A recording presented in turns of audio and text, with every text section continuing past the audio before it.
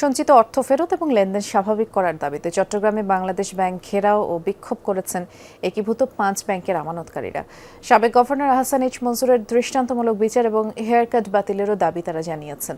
আগামী ১৪, ১৫ ও ১৬ জুলাই ঢাকায় ৩ দিনের আন্দোলন কর্মসূচি শেষে প্রধানমন্ত্রীর কার্যালয় ঘেরাও ও আমরণ অনশনের হুঁশিয়ারি দেন আন্দোলনকারীরা। রেইনবো অ্যাক্রোপ্লাস্টে অ্যাক্রিলিক এমালশন থাকায় মুছে ফেলা যায় যে কোনো দাগ সহজেই। Rainbow Paints.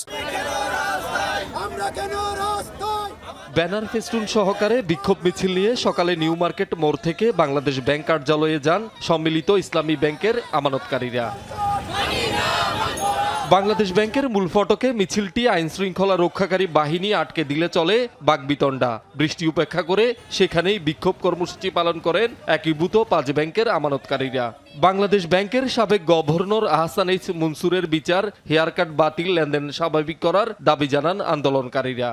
2 লাখ টাকা পাওয়ার পর 1 লাখ টাকা করে 3 মাস পর পাওয়ার কথা ছিল, এখনো পর্যন্ত আমরা সেই টাকাগুলো পাইনি। আমার হাজবেন্ডের চিকিৎসা করাতে পারতেছি না, আমরা দরকার সব আমাদের টাকা পাচ্ছি না, টাকা আর দিয়ে আমরা কি করব? আমরা বাংলাদেশের লাইসেন্সকৃত ব্যাংকে টাকা রেখেছি, সুতরাং কেন্দ্রীয় ব্যাংকে এই দায়ভার অবশ্যই গ্রহণ করতে হবে। আমরা চাই ব্যাংক লুটকারীদের যথাযথ বিচার করা হোক। হেয়ার কাট মানি না, আমরা আমাদের টাকাটা পুরো চাই। একই দাবিতে এর আগেও আন্দোলনরত আমানতকারীরা চট্টগ্রামে সম্মিলিত ৫ ব্যাংকের বিভিন্ন শাখায় তালা দিয়া বাংলাদেশ ব্যাংক কার্যালয়ের সামনে অবস্থান, সাবেক গভর্নর আহসান এইচ মনসুরের কুশপুত্তলিকা দাহ এবং পদযাত্রা সহ নানা কর্মসূচি পালন করে। দাবি আদায়ে ১৪, ১৫ ও ১৬ জুলাই ঢাকায় ৩ দিনের কর্মসূচি শেষে প্রধানমন্ত্রী কার্যালয় ঘেরাও এবং আমরণ অনশনের মতো কঠোর কর্মসূচির হুঁশিয়ারি দেন বিক্ষুব্ধ আমানতকারীরা।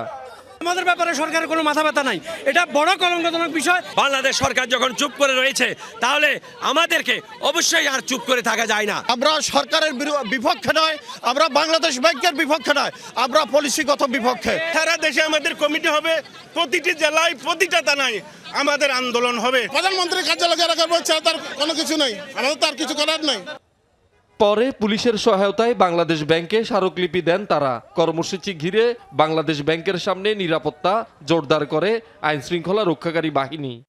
ওনাদের কষ্টের কথা আসলে বাংলাদেশ ব্যাংকের প্রতিনিধির কাছে বলেছেন এবং ওইখানে স্মারকলিপি দিয়েছেন। পরিস্থিতি স্বাভাবিক আছে এবং তাদের সাথে কথা আলোচনা সাপেক্ষে সবকিছু সমাধান হবে। তারা কর্মসূচি চলাকালে নিউ মার্কেট মোড় থেকে কোতোয়ালি পর্যন্ত তৈরি হয় তীব্র যানজট। শহীদুল সুমন, যমুনা নিউজ, চট্টগ্রাম।